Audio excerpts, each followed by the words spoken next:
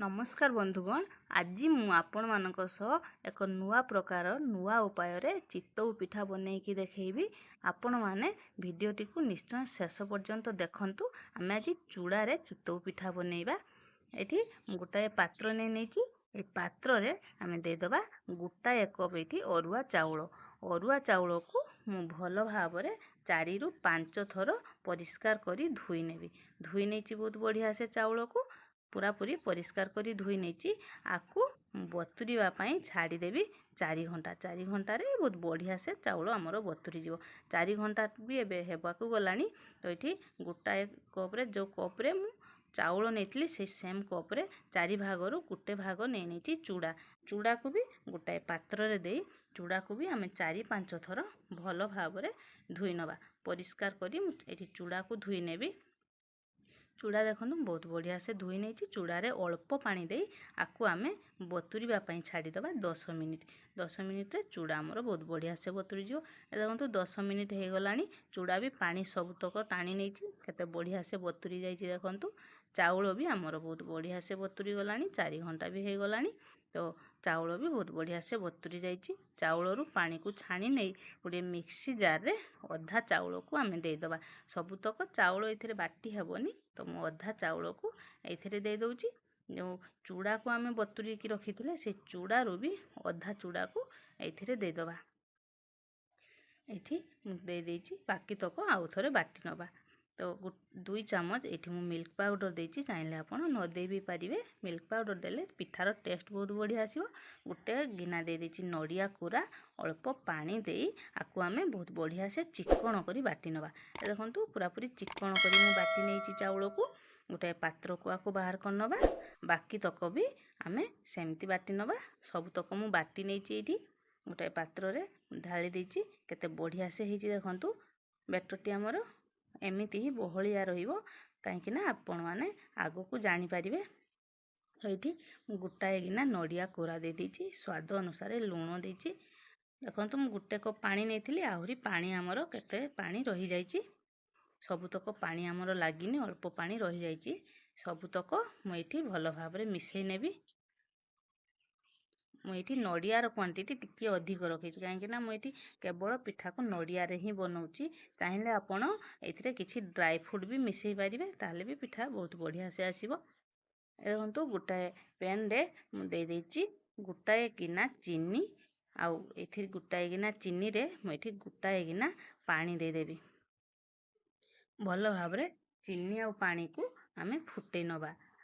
चीनी रो सीरा आम प्रस्तुत करवानी केवल चीनी पानी को भल भाव फुटे नेले ही चलो। तो मुझे बहुत बढ़िया से फुटे नौची। चाहिए आपण चीनी पानी को जदि न फुटेकी देवे ताहले फुटंता पानी भी गोटाए कप ए पिठारे आपण दे पारिबे। एठी फुटंता चीनी रो पानी को मु देई भल भाव मिसई नौची। आपण ये फुटंता पानी गोटाए कप दे पारिबे। जदि भी चीनी पानी को न फुटेबे कहीं आम आपको फर्मेंट होगापाई देने ना तो संगे संगे पिठा बनाऊे। तो मुझे एमती ही बनईची।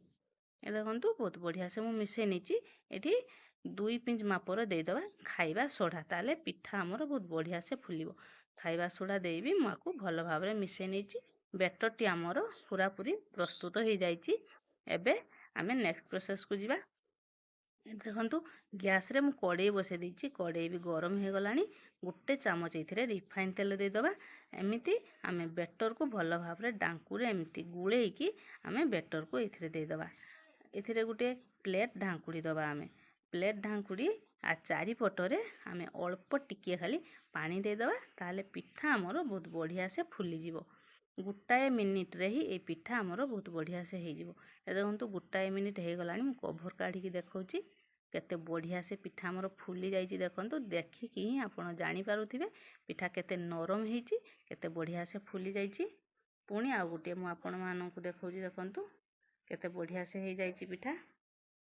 देखंतु केते बढ़िया से पुणी ढांकुड़ी देवी।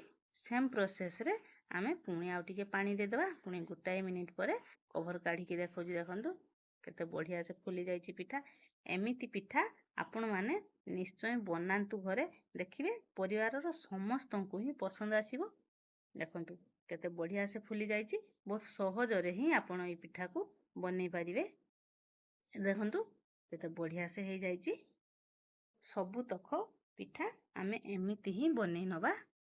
देखंतु बंधुगण मु सबुतक पिठा को एठी बनै नेछि।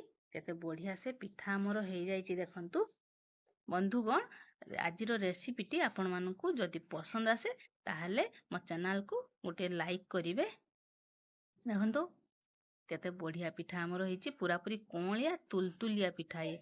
आपण माने जेते बेले भी चाहिए ए पिठा को बनै पारि। मु देखो एमिति टिपि जाउछि पुनी छाड़ी दबा को पूरा पूरी फुली जाउछि पिठा। केते बढ़िया से ये हेइछि भी देखंतु। भीतर ऊपर पट भी आदु भी पुड़ीनी बेसी। बहुत बढ़िया से कलर आसीछि पिठा हमर। पूरा पूरी कोणलिया पिठा हेइछि।